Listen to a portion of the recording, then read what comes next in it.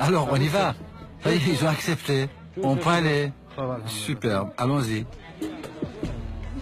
Après avoir longuement négocié avec des anciens du village, il parvient à trouver un compromis pour franchir le barrage. Deuxième tentative de passage. Il peut s'engager dans la montagne à condition de ne pas approcher des villages. Malgré ces difficultés, l'entreprise n'a rien de comparable avec sa première tentative pour rencontrer Massoud, il y a presque 30 ans. Ça a été un voyage très dur et éprouvant. J'ai passé 3 mois à marcher dans ces montagnes pour essayer de trouver un homme qui était recherché par 100 000 soldats russes.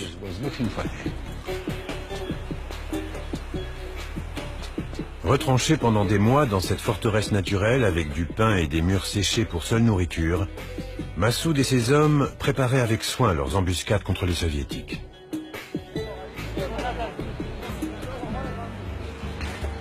Hadjimoula, le guide de Reza, s'en souvient comme si c'était hier. Monsieur Reza, quand les avions de chasse nous survolaient, on les abattait d'ici, comme ça. Il y avait une mitrailleuse ici. Regardez, ça n'a même pas explosé, regardez. Pendant les combats, sous les bombardements, quand vous étiez face aux armées russes, à quoi est-ce que vous pensiez? À l'époque, on remettait notre vie entre les mains de Dieu. Si c'était notre heure, on mourait. Et sinon, on vivait. La foi remplissait notre cœur. Ces gens ont réussi à combattre tous ceux qui sont venus ici. Qu'est-ce qu'ils ont dans le cœur et dans la tête? Qu'est-ce qui les rend si forts? C'est tout ce qui m'intéresse.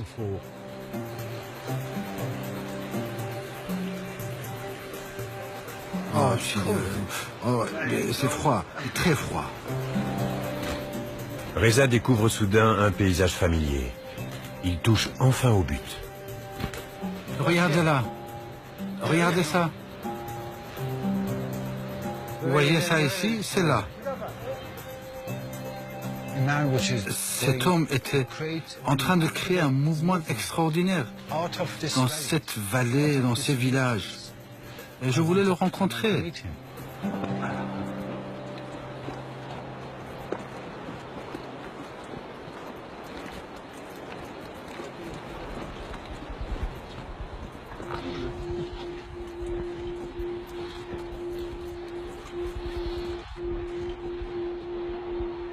Ah, ça vous revient?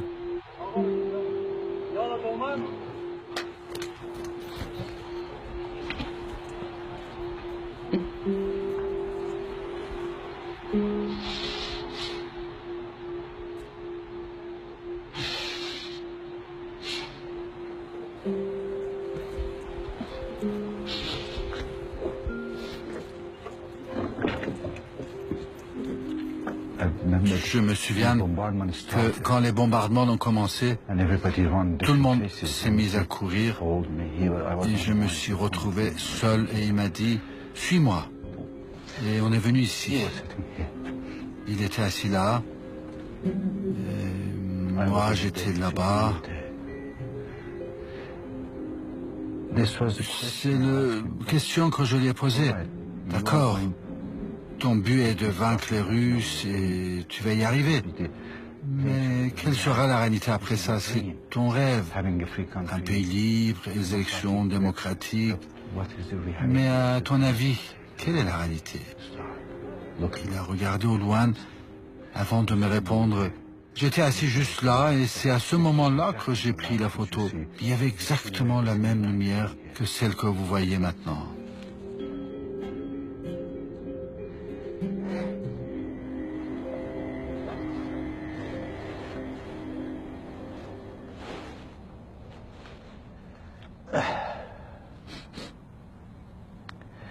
Ce qui me désole le plus, c'est que s'il était encore vivant, le sort des Afghans serait différent.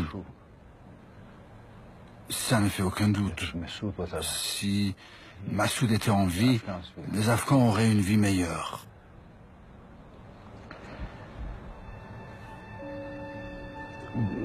La paix pour laquelle ils se battaient ne règne pas encore en Afghanistan. La démocratie non plus. Mais tant qu'on est en vie, on ne doit pas s'arrêter une seule seconde, pas même une seconde pour se reposer. C'était sa façon de vivre. Et il me disait toujours, Reza, ne laisse pas ton corps trembler. Ne laisse pas ton corps trembler. Si ton corps tremble, tu perds. Le cliché pris ce jour-là a fait le tour du monde. Mais 25 ans plus tard, rien n'indique que la vision du commandant triomphera un jour. Tout en remontant vers le nord et l'endroit où Massoud a été assassiné, le photographe continue à chercher une image susceptible d'apporter une réponse.